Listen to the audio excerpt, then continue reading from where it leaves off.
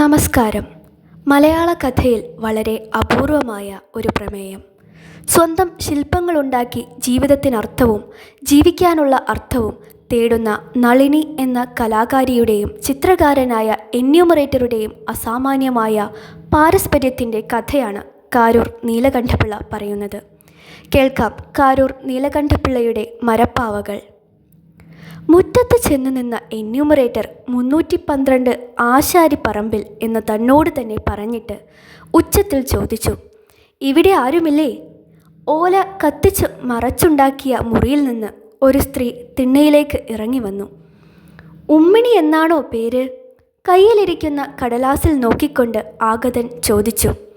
യുവതിയുടെ സ്വതേ വിടർന്ന കണ്ണുകൾ കുറെ കൂടി വികസിച്ചു. കേസോ പോലീസോ വല്ലതുമായിരിക്കും എന്ന് അവൾ പരിഭ്രമിച്ചു. ജനസംഖ്യ എടുക്കുക, ഇവിടെ ആരൊക്കെയുണ്ട്? ഇപ്പോൾ ഞാൻ മാത്രമേ ഉള്ളൂ. അമ്മ ഇപ്പോഴങ്ങ് പോയേയുള്ളൂ. തോട്ടിൻ്റെ കരയിൽ തഴച്ചെത്താൻ പോയതാ. ആങ്ങളച്ചെറുക്കൻ പണിയാൻ പോയേക്കുവാ. ഉമ്മിണി എന്ന് പേരുള്ളത് അമ്മയുടെ പേരാ. ശരി, ഉമ്മിണി ആണോ പെണ്ണോ? അവളൊന്ന് ചിരിച്ചു, പരിഹാസച്ചിരി, എന്നാലും അഴകുള്ള ചിരി. അമ്മയും ഞാനും പെണ്ണുങ്ങളാ, ആങ്ങള ആണും. അച്ഛനില്ലേ? മരിച്ചുപോയി. അപ്പോൾ ഉമ്മിണി വിധവയാണല്ലേ? ഇപ്പോൾ വിധവയാ. എന്നിട്ട് അവൾ പറഞ്ഞു, ജനസംഖ്യ എടുക്കുമ്പോൾ കൊട നിവർത്തിപ്പിടിക്കരുതായിരിക്കും. ഈ തീ പോലുള്ള വെയിലത്ത് നിന്ന് ജനസംഖ്യ എടുത്താൽ ആളിൻ്റെ എണ്ണം കുറഞ്ഞു പോകും. ഈ ബെഞ്ചിലേക്ക് കയറിയിരിക്കാവല്ലോ. ചാണകം മെഴുകി വെടിപ്പും മിനുപ്പും വരുത്തിയിട്ടുള്ള ആ നീളം കുറഞ്ഞ വരാന്തയിൽ കയറി ആഗതൻ ഒരു ബെഞ്ചിലിരുന്നു. ഉമ്മിണിയുടെ വിവരങ്ങളൊക്കെ ചോദിച്ചറിഞ്ഞു രേഖപ്പെടുത്തി. നിങ്ങളുടെ പേര്? എൻ്റെ പേര് നളിനി. ഇത് പറഞ്ഞപ്പോൾ അവൾ അല്പം ലജ്ജ ഭാവിച്ചു. വയസ്സ് കണ്ടിട്ടെന്ത് തോന്നുന്നു? എനിക്കൊന്നും തോന്നിയില്ല. അവളൊന്ന് മന്ദഹസിച്ചു. 23. വിവാഹം കഴിഞ്ഞതാണോ? ഇപ്പോൾ ഭർത്താവുണ്ടോ? അവൾ അല്പം പരുങ്ങി. ഇപ്പോൾ ഇവിടെയില്ല. 13-ാം മൈലിൽ ജനസംഖ്യ എടുത്തോ? അതിനാള് വേറെയാ. ഭർത്താവുണ്ട് അല്ലേ? ഉണ്ടെന്നോ ഇല്ലെന്നോ എഴുതിക്കോളൂ, അവൾ അവഗണന ഭാവത്തിൽ പറഞ്ഞു. ഉണ്ടെന്നെഴുതിയാലും ഇല്ലെന്നെഴുതിയാലും അർത്ഥം ഒന്നല്ലല്ലോ. എന്നാൽ ഉണ്ടെന്ന് തെളിയാതെ എഴുതിക്കോളൂ. കല്യാണം പറഞ്ഞു വച്ചിട്ടേ ഉള്ളായിരിക്കും അല്ലേ? എന്നാൽ വിവാഹിത എന്നല്ല എഴുതേണ്ടത്, അവിവാഹിത. അതല്ല, വിവാഹം കഴിഞ്ഞു. അവൾ തലയുടെ പുറകുവശം ചൊറിയുകയും അതോടെ നീണ്ടതും എണ്ണമയമില്ലാത്തതിനാൽ മുഷിഞ്ഞതുമായ മുടി അഴിഞ്ഞിഴഞ്ഞ് വീഴുകയും അത് അവളുടെ സുന്ദര രൂപത്തിന് ഒരു ഭംഗിയുള്ള പശ്ചാത്തലമായി ഭവിക്കുകയും ചെയ്തു. ഭർത്താവുണ്ട്. ഭർത്താവില്ല താനും. ഉപേക്ഷിച്ചു അല്ലേ? അപ്പോൾ വിഭർതൃക. ആ വാക്ക് കേട്ടിട്ടെഴുതാമെന്ന് തോന്നുന്നു. ഒന്നുകൂടെ കേൾക്കട്ടെ? വിദർഭ. അതുപോലെ ഒരു കുഴഞ്ഞ കേസാ ഇതും. പക്ഷേ ഉപേക്ഷിച്ചതല്ല. ഉപേക്ഷിച്ചെങ്കിൽ പിന്നെ എന്തിനാ ആഴ്ചതോറും അയാൾ ദൂതാളിനെ പറഞ്ഞു വിടുന്നത്? നിങ്ങൾ ഉപേക്ഷിച്ചതായിരിക്കും. ഞാൻ ആദ്യം അപേക്ഷിക്കാനും പോയില്ല, പിന്നെ ഉപേക്ഷിക്കാനും പോയില്ല. എന്താ വേണ്ടതെന്നാൽ അങ്ങനെ എഴുതിക്കോ. നിങ്ങൾക്കല്ലേ ഒക്കെ അറിയാവുന്നേ. എനിക്ക് നിങ്ങളുടെ ഭർത്താവിൻ്റെ കാര്യമൊന്നും അറിയാൻ വയ്യ. നിങ്ങൾ പറയുന്നത് എഴുതാം, ഭർത്താവുണ്ടെന്ന്. അതാ നല്ലത്. നല്ലതും ചീത്തയും എഴുതാനുള്ള പുസ്തകമല്ലിത്, നേരെഴുതാനുള്ളതാ. ഞാൻ പറഞ്ഞത് നേരാ എന്ന് പറഞ്ഞിട്ട് അവൾ തലമുടി പുറകുവശത്ത് കെട്ടിവെച്ചു. അനാവശ്യമായി ആ പ്രവൃത്തി അയാൾ നോക്കിക്കണ്ടു. പ്രസവിച്ചതാണോ? ആണും പ്രസവിച്ചില്ല, പെണ്ണും പ്രസവിച്ചില്ല. ഛിദ്രമുണ്ടായിട്ടുണ്ടോ? ഉണ്ടായിട്ടുണ്ടോന്ന് അവിടെ വെച്ച് 6 മാസം തികയുന്നതിന് മുൻപേ തുടങ്ങിയതല്ലേ ഛിദ്രം? ഒരു ദിവസമല്ലേൽ ഒരു ദിവസം ഛിദ്രമില്ലാതെ കഴിഞ്ഞിട്ടില്ല. ദിവസവും ഛിദ്രമോ? അതല്ലേ ഞാനിങ്ങ് പോന്നത്. എന്താണീ പറയുന്നത്? ഗർഭഛിദ്രം എന്ന് വെച്ചാൽ അലസുക ഉണ്ടായിട്ടുണ്ടോന്ന്. എന്തെല്ലാം പോക്കണം കേടുകളാ ചോദിക്കുന്നേ. ആങ്ങള ചെറുക്കൻ ഇവിടെ ഇല്ലാത്തത് നന്നായി. അയാൾ അല്പം ചൊടിച്ചു. ആങ്ങള ചെറുക്കൻ ഉണ്ടെങ്കിൽ? ഇത് സർക്കാർ കാര്യമാ. ആങ്ങള ചെറുക്കൻ പോയിട്ട് വല്യമ്മാവനുണ്ടെങ്കിലും ചോദിക്കേണ്ടത് ചോദിക്കും. നേരൊക്കെ പറയുകയും വേണം. പറഞ്ഞില്ലെങ്കിൽ അത് കുറ്റമാണ്. പറയുന്നതൊക്കെ രഹസ്യമായി സൂക്ഷിക്കും. വലിയ ഉഷ്ണം തോന്നുന്നെങ്കിൽ ഇതുകൊണ്ട് വീശിക്കൊള്ളൂ. എന്ന് പറഞ്ഞ് നളിനി ഒരു വീശുപാളയെടുത്ത് ആ ബെഞ്ചിൻ്റെ അറ്റത്ത് വച്ചു കൊടുത്തു. ആങ്ങള ചെറുക്കൻ കേൾക്കെ ഇതൊക്കെ ചോദിച്ചാൽ എനിക്ക് നാണം വരുമെന്നാ പറഞ്ഞത്. എന്നിട്ട് പറയൂ. ഇല്ല. എന്തോന്നില്ല, പറയുകയില്ലെന്നോ? അല്ലല്ല, മുൻപേ ചോദിച്ചില്ലേ ചിത്രം, അതില്ല. നിങ്ങൾക്ക് മാസം എന്ത് വരവുണ്ട്? ആങ്ങളയ്ക്ക് 3 രൂപ തച്ചാ. ആങ്ങളയുടെ തച്ചല്ല, നിങ്ങളുടെ. ഞാൻ പണിക്ക് പോകാറില്ല, അപ്പോൾ വരവൊന്നുമില്ല. ആശ്രയിച്ചു കഴിയുന്നയാൾ. ഞാനോ? ഇതാര് പറഞ്ഞു? ആ വള്ളക്കടവിലെ കറാത്ത പറഞ്ഞതായിരിക്കും. അവിടെ കാര്യം എനിക്കും പറയാനുണ്ട്. അയാൾ രസിച്ചൊന്ന് ചിരിച്ചു. കാത്തയോ? എന്തു പറഞ്ഞെന്ന്? ഞാൻ പറഞ്ഞത് നിങ്ങൾ കേട്ടില്ല. ഒരാൾക്ക് വരവില്ലെങ്കിൽ മറ്റൊരാളുടെ വരവ് കൊണ്ട് വേണം ജീവിക്കാൻ. നിങ്ങൾക്ക് വരവില്ല, ഉണ്ണാനും ഉടുക്കാനും മറ്റും കാശ് ചെലവുണ്ട്. അത് തരുന്നയാളിനെ, അമ്മയെയോ ആങ്ങളെയോ ആശ്രയിച്ചാണ് നിങ്ങൾ ജീവിക്കുന്നത്, നേരല്ലേ? കച്ചേരിയിലെ ചോദ്യം പോലെയാണല്ലോ ഇത്. കച്ചേരിയിൽ നിങ്ങളോട് ചോദിച്ചിട്ടുണ്ടോ? അതിനും ആ ദ്രോഹി ഇടവരുത്തി. ഭർത്താവ് അല്ലേ? അവനാ ഭർത്താവ്.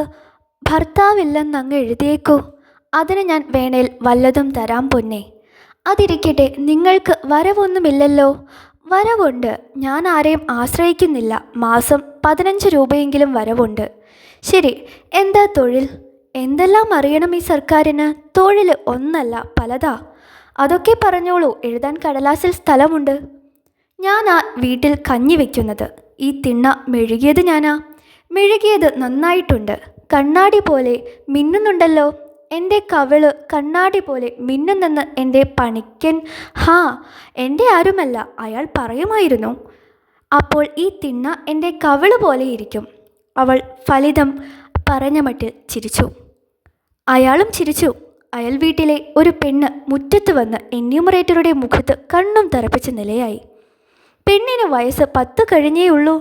നോട്ടം കണ്ടില്ലേ? 2 കൊല്ലം കഴിഞ്ഞാൽ ഈ വഴിക്ക് ആളുകളെ നടത്തുകയല്ല. പെണ്ണിന് കോപം വന്നു. ഞാനൊന്ന് നോക്കിയെന്ന് വെച്ച് പണിക്കെത്തിക്ക് വല്ല നഷ്ടവും വന്നോ? ഞാൻ എൻ്റെ അപ്പ പോകുകയാണേ എന്ന് പറഞ്ഞിട്ട് അവൾ വന്ന വഴി തിരിച്ചുപോയി. പോകുന്ന പോക്കിൽ അവൾ എന്തോ പിറുപിറുത്തുകൊണ്ടിരുന്നു. നളിനി പറഞ്ഞു, അവൾക്ക് ചുണ്ടി വരണം. ആരുടെയെങ്കിലും തലവെട്ടം കണ്ടാൽ മതി. എവിടെ നിന്നറിയാൻ മേല. പെണ്ണു മുറ്റത്തുണ്ട്. എന്യൂമറേറ്റർക്ക് അവിടെ ഇരിക്കാൻ പേടിയായി തുടങ്ങി. എന്നിട്ട് തൊഴിൽ പറഞ്ഞില്ലേ? ഒരു വീട്ടിൽ എന്തെല്ലാം ജോലിയുണ്ടോ അതൊക്കെ ഞാൻ ചെയ്യുന്നുണ്ട്. ആദായം കിട്ടുന്ന തൊഴിലാണ് അറിയേണ്ടത്. ആദായം കിട്ടുന്ന തൊഴിലില്ലെങ്കിൽ നിങ്ങൾ വല്ലതും തരുമോയെന്ന് ചോദിച്ചാൽ അയാൾക്ക് മുഴുവനാക്കാൻ മടി തോന്നി. ചോദിച്ചാൽ തരുമായിരിക്കും അല്ലേ? അയാൾ ചുറ്റുപാടും നോക്കി. അവൾ പറഞ്ഞു, വീട്ടിൽ വല്ലോരും വന്നാലൊരു മര്യാദ വേണമല്ലോ. അയാൾ പെട്ടെന്ന് പറഞ്ഞു, ഞാൻ മര്യാദകേട് വല്ലതും പറഞ്ഞോ? പറഞ്ഞില്ല, ഞാൻ മര്യാദ കാണിച്ചില്ല. മുറുക്കുമെന്ന് തോന്നുന്നല്ലോ എന്ന് പറഞ്ഞ് അവൾ മുറിക്കകത്തേക്ക് കയറി. തപ്പിപ്പെറുക്കുന്ന ശബ്ദം അയാൾ ശ്രദ്ധിച്ചു. അല്പം കഴിഞ്ഞ് അവൾ മുറുക്കാൻ കൊണ്ടുവന്നു. അയാൾ മുറുക്കിൽ ഏർപ്പെട്ടു. അവൾ വീണ്ടും മുറിക്കകത്ത് പോയി 3 മരപ്പാവകൾ കൊണ്ടുവന്നു. എന്നിട്ട് അവൾ പറഞ്ഞു, എൻ്റെ തൊഴിലിതാണ്. ഇതിലൊന്നുണ്ടാക്കാൻ എനിക്ക് 1 ദിവസം മതി. അയാൾ പാവ വാങ്ങി നോക്കി. ഒരു ചാൺ നീളത്തിലുണ്ടാക്കിയ സ്ത്രീരൂപങ്ങൾ. എല്ലാം നന്നായിരിക്കുന്നു. തിളങ്ങുന്ന ചായപ്പണി ചെയ്തത്, കൊഴുത്തു മിനുത്തത്, ഭംഗിയുള്ള അവയവങ്ങൾ, ഉയർന്ന മാറിടം, തടിച്ച ജഘനം, കൃശമായ മദ്യം, അക്ഷാമമായ ചിഗുരഭാരം, ആകർഷകമായ മന്ദസ്മേരം, ആകപ്പാടെ മാദകമായ സുന്ദര ശില്പങ്ങൾ. അയാൾ കണ്ണിമയ്ക്കാതെ നോക്കിയിരുന്നു. എന്നിട്ട് അവളെ നോക്കി. 4ഉം ഒന്നുപോലെ അത്ഭുതകരം. 3ഉം കണ്ടാൽ 4 തോന്നുന്നതാണ് അത്ഭുതം, അവൾ പറഞ്ഞു. അയാൾ മറുപടി പറഞ്ഞില്ല. ഇത് അച്ചിൽ വാർക്കുന്നതാണോ? ഞങ്ങൾ വാർപ്പ് പണിക്കാരല്ല. കടഞ്ഞെടുത്തതായിരിക്കും. പാലാഴി കടഞ്ഞപ്പോൾ കിട്ടിയ ലക്ഷ്മിയെപ്പോലിരിക്കുന്നു. പാലാഴി കടയാൻ ഞാൻ കൂടിയില്ല. അതുകൊണ്ട് ഞാൻ ലക്ഷ്മിയെ കണ്ടിട്ടില്ല. എൻ്റെ തൊഴിൽ എന്തെന്ന് കാണിക്കുകയായിരുന്നു. 4 പറഞ്ഞതെങ്ങനെയാ? ഈ ജീവനില്ലാത്ത 3ഉം ഇതുണ്ടാക്കുന്ന ജീവനുള്ള 1ഉം, അങ്ങനെ 4 ഒരുപോലെ ഇരിക്കുന്നതാണ് അത്ഭുതം. എന്ന് പറഞ്ഞാൽ ജീവനില്ലാത്തതുപോലെ ജീവനുള്ളതും ഇരിക്കുന്നതോ? അതിൽ അത്ഭുതമൊന്നുമില്ല. എൻ്റെ തലയിലെഴുത്ത്. അവളുടെ കണ്ണു മിന്നി. വീണ്ടും മുറിയിൽ പോയി തിരിച്ചു വന്നപ്പോൾ അവളുടെ മുഖം തുടുത്തിരുന്നു. കയ്യിൽ ഒരു പാവയുമുണ്ടായിരുന്നു. അതവൾ അയാളുടെ അടുത്ത് വച്ചു. അയാൾ അതെടുത്തു നോക്കി. കംസവധത്തിലെ കൃഷ്ണനാണോ ഇത്? അതോ മുന്തിയറപ്പനെ കൃഷ്ണന്റെ വേഷം കെട്ടിച്ചതോ? ഇത് കുറെ വലുതായിരുന്നെങ്കിൽ വെള്ളരി വേലിക്കകത്തുകൊണ്ട് വയ്ക്കുമായിരുന്നു, ദൃഷ്ടിദോഷം പറ്റാതിരിക്കാൻ. അല്ലെങ്കിൽ തീരെ ചെറുതായിരുന്നെങ്കിൽ. അവൾ ഇടയ്ക്ക് കയറി പറഞ്ഞു. അതിങ്ങനെയായിപ്പോയി. 19 എണ്ണം ഉണ്ടാക്കിയപ്പോൾ ഈ നിലയിലായി. കൃഷ്ണന്റെ രൂപമുണ്ടാക്കി കാണുന്നവരൊക്കെ വാങ്ങിച്ചു പോന്നു. 3ഉം 4ഉം അണവില കിട്ടുമായിരുന്നു. ക്രമേണ വേഷം ശ്രീകൃഷ്ണന്റെയും രൂപം വേറൊരു കൃഷ്ണന്റെയുമായി. വേറൊരു കൃഷ്ണനെന്ന് വെച്ചാൽ ഒരു കാലത്ത് ഞാൻ ശ്രീകൃഷ്ണനെപ്പോലെ കരുതിപ്പോന്നയാള്. അയാളുടെ കാര്യം ഓർക്കുമ്പോൾ എനിക്ക് കലി വരും. പാവയുണ്ടാക്കി കഴിയുമ്പോൾ അയാളെപ്പോലെ ഇരിക്കും. എൻ്റെ കോപം മുഴുവൻ പാവയുടെ മുഖത്തും. ഒടുവിൽ ആളുകൾ പാവ മേടിക്കാതെയായി. പിന്നെ ആ പണി നിർത്തിവെച്ചു. പുരുഷരൂപം ഉണ്ടാക്കേണ്ടെന്ന് വച്ചു. ശ്രീപാർവതിയുടെ രൂപമുണ്ടാക്കി നോക്കി. എന്ന് വെച്ചാൽ ഒരു സ്ത്രീ രൂപമുണ്ടാക്കി അതിന് ശ്രീപാർവതി എന്ന് പേരിടും. അല്ലാതെ ഞാൻ പാർവതിയെ കണ്ടിട്ടോ മറ്റോ ഉണ്ടോ? പാർവതി തപസ് ചെയ്തെന്നും ശിവന്റെ കൂടെ നൃത്തം ചെയ്തെന്നും ഒക്കെ ഞാൻ കേട്ടിട്ടുണ്ട്, സിനിമയിൽ കണ്ടിട്ടുമുണ്ട്. പിന്നെ പാർവതിയും പരമേശ്വരനും കൂടെ ചിലപ്പോൾ പിണങ്ങാറുണ്ട് പോലും. അതൊക്കെ ഓർത്തുകൊണ്ട് പാവയുണ്ടാക്കി തുടങ്ങി. ചിലപ്പോൾ കണ്ണാടിയിൽ നോക്കി പാർവതിയെപ്പോലെ ഞാൻ ഓരോ ഭാവം കാണിച്ച് അതുപോലെ പാവയുണ്ടാക്കും. ഞാൻ പാർവതിയാണെന്ന് ഭാവിച്ചുകൊണ്ടാ പണി. ഒടുക്കമുണ്ടല്ലോ. പാർവതിയൊക്കെ ഒരുപോലെ. അവൾ തുടരുന്നതിന് മുൻപ് അയാൾ പറഞ്ഞു, നിങ്ങളും പാർവതിയും സമം സമം. ഞാനും പാർവതിയും എങ്ങനെയാ സമം സമം? എൻ്റെ രൂപമായി പോകുന്നു പാർവതിക്ക്. എനിക്ക് നാണമായി തുടങ്ങി. എൻ്റെ രൂപമുണ്ടാക്കി വിറ്റാൽ മേടിക്കാൻ അയാൾ ധൃതിയിൽ പറഞ്ഞു. ധാരാളം ഉണ്ടാകുമെന്ന് ഞാൻ കണ്ടതല്ലേ. മേടിക്കുന്നവരും എന്നെ ആക്ഷേപിക്കും. പാവ ഒന്നാന്തരം. പാവ വിൽക്കുന്നത് രൂപം കാണിച്ച് ആണുങ്ങളെ ആകർഷിക്കാനാണെന്ന് ഞാൻ മുൻപേ പറഞ്ഞില്ലേ? കാത്ത അവൾ എൻ്റെ മുഖത്ത് നോക്കി പറഞ്ഞു. ഞാനൊരാട്ട് കൊടുത്തിട്ട് അവളുടെ കണ്ണു പൊട്ടിയെന്നാ തോന്നുന്നത്. പിന്നെ എനിക്ക് തോന്നി, ഞാൻ കേൾക്കാതെ പറഞ്ഞാൽ ഞാൻ എങ്ങനെയാട്ടുമെന്ന്. മറ്റൊരുത്തി ഇങ്ങനെ ചെയ്താൽ ഞാനും അവളെ ആക്ഷേപിക്കും. അത് നേരായിരിക്കും. എന്നാലും അവരവരുടെ രൂപം ഇത്ര ശരിയായിട്ടുണ്ടാക്കത്തക്ക സാമർഥ്യം അത്ഭുതകരമാണ്. അവൾ പറഞ്ഞു. നിങ്ങൾ വെറും മുഖസ്തുതി പറയുകയാണ്. ഒരെണ്ണം ഉണ്ടാക്കിയാൽ പിന്നെ അത് നോക്കി എത്ര വേണമെങ്കിലും ഉണ്ടാക്കരുതോ? കണ്ണാടിയിൽ നോക്കി കാണുന്നത് പോലെ ആദ്യമൊന്ന് ഉണ്ടാക്കണം. അതത്ര വലിയ കാര്യമൊന്നുമല്ല. അത് നേരാ. ഞാൻ എന്തു പറഞ്ഞാലും നേരാണെന്ന് പറയുന്നവരായിരുന്നു ഈ അയൽപ്പക്കത്തുള്ളവർ മിക്കവരും. അവരെയൊക്കെ പേടിയായിരുന്നു എനിക്ക്. ഇപ്പോൾ പേടിയില്ലായിരിക്കുമല്ലോ എന്നെ. ഇപ്പോൾ എനിക്കാരെയും പേടിയില്ല. ഞാനല്ലാതെ ആരെങ്കിലും ഉണ്ടെന്ന് തന്നെ എനിക്ക് വിചാരമില്ല. കലകളിൽ പ്രവർത്തിക്കുന്ന പലരും അങ്ങനെയുള്ളവരാണ്. അവൾ മുറിക്കകത്ത് പോയി തിരിച്ചു വരുന്നതിനിടയ്ക്ക് അതിൻ്റെ പേരാണ് അഹന്ത എന്ന് അയാൾ ഒച്ചയടയ്ക്ക് പറഞ്ഞു. അവൾ 4 രൂപങ്ങൾ കൂടി അയാളുടെ മുൻപിൽ വച്ചു. കരുണം, രൗദ്രം, അത്ഭുതം, ശൃംഗാരം. ഇവയുടെ ഉച്ചാവസ്ഥയെ കാണിക്കുന്ന അവളുടെ തന്നെ രൂപങ്ങൾ. ഇത് അതിവിശേഷമാണെന്ന് പറഞ്ഞാൽ മുഖസ്തുതിക്കാരനെന്ന് എന്നെ ആക്ഷേപിക്കുമോ? അങ്ങനെ പറയാതിരിക്കാം. അതിവിശേഷമാണെന്ന് സാർ എന്തിനാ പറയുന്നത്? ഇതൊന്നും ഇപ്പോൾ വിൽക്കാറില്ല. പകൽ ഉറങ്ങാതിരിക്കാൻ ചെയ്യുന്ന പണിയാണ്. എന്നെങ്കിലും ഒരിക്കൽ ഇതിനാവശ്യമുണ്ടാകും. എന്നെ കാണാത്തവരുടെ കയ്യിൽ ചെല്ലുമ്പോൾ ഇത് തേവിടിച്ചയുടെ പരസ്യമാണെന്ന് പറഞ്ഞ് അവർ ആക്ഷേപിക്കുകയില്ലെന്ന് എനിക്കറിയാം. ഒരു തൊഴിൽ അറിയാം, നല്ല പോലെ ചെയ്യാം. അതിൽ നിന്ന് ആദായം കിട്ടാൻ മാർഗമില്ലെന്ന് വരുന്നത് കഷ്ടമാണ്. നിങ്ങൾ എന്തിനാ അപവാദത്തെ ഭയപ്പെടുന്നത്? ആളുകൾ എന്തെങ്കിലും പറയട്ടെ. ഒരു പാവയ്ക്ക് 1 രൂപ ഏത് പൊട്ടക്കണ്ണനും തരും. നിങ്ങളുടെ ആവശ്യങ്ങൾ പരാശ്രയം കൂടാതെ നടക്കും. തൊഴിൽ ശില്പവൃത്തി എന്നെഴുതാൻ പോവുകയാണ്. അയാൾ എഴുതി. പിന്നെയും എന്തൊക്കെയോ കുറിച്ചു.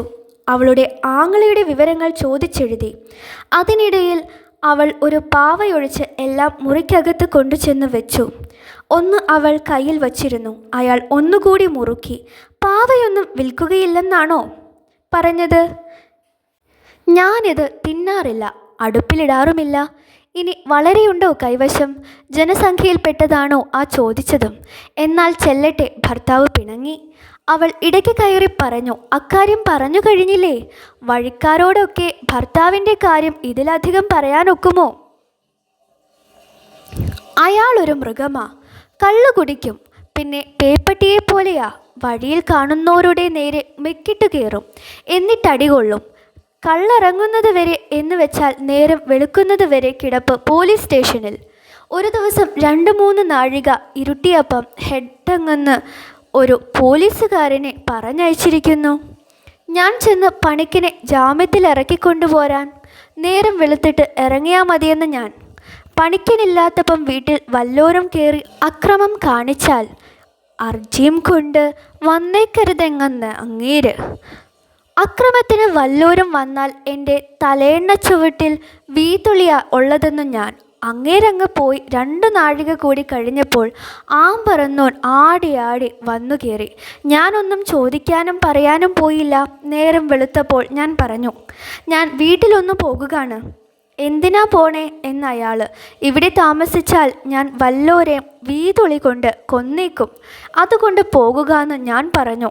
എൻ്റെ കൈ അന്നേരം പുളി പറിക്കാൻ പോകുകയും മറ്റുമില്ലെന്ന് ആ മൃഗം എടുത്ത വാക്കിൽ പറഞ്ഞു. ഈ മൃഗത്തിൻ്റെ കൂടെ പാർക്കാൻ ഞാനില്ലെന്ന് പറഞ്ഞേച്ച് ഞാൻ റോഡിൽ വന്ന് ബസ് കയറി എങ്ങ് പോന്നു. പിന്നെയുണ്ട് പറയാനറയ്ക്കുന്ന കഥകൾ.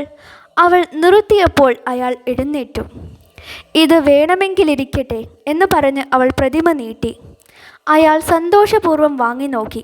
രൗദ്രഭാവത്തിലുള്ള അവളുടെ പ്രതിമ. അത് കണ്ട് അയാളുടെ മുഖത്തെ പ്രസാദം മങ്ങി. എങ്കിലും നന്ദി പറഞ്ഞിട്ട് അയാൾ ഒരു കടലാസ് കഷണം അവിടെ വച്ചിട്ട് പറഞ്ഞു, ഇത് നോക്കൂ. അവൾ നോക്കി. അവളുടെ രൂപം അയാൾ വരച്ചിരിക്കുന്നു. അവൾ ശ്രദ്ധിച്ചു നോക്കി. ഈ പറഞ്ഞിരുന്ന നേരത്ത് ഇത് വരച്ചത് അത്ഭുതം തന്നെ. ആ പ്രതിമ ഇങ്ങു തന്നേക്കൂ എന്ന് പറഞ്ഞിട്ട് അവൾ അകത്തു പോയി. പാർവതി തപസ് ചെയ്യുന്ന അല്പം വലിയ ഒരു പ്രതിമ കൊണ്ടുവന്ന് ആ ചിത്രകാരന് സമ്മാനിച്ചു. അയാൾ അത് ആനന്ദവും നന്ദിയും സ്ഫുരിക്കുന്ന ഭാവത്തോടെ വാങ്ങി. എന്നാൽ ചെല്ലൂ എന്ന് പറഞ്ഞ് അവൾ മുറ്റത്തേക്കിറങ്ങി. അയാൾ അടുത്ത വീട്ടിലേക്ക് നടന്നു. അയാളുടെ ഹൃദയത്തിൽ വീണക്കമ്പി മീട്ടിയാലുണ്ടാകുന്ന നാദം പ്രതിധ്വനിച്ചു കൊണ്ടിരുന്നു. മരപ്പാവകൾ കാരൂരിൻ്റെ കഥ അവസാനിക്കുന്നു.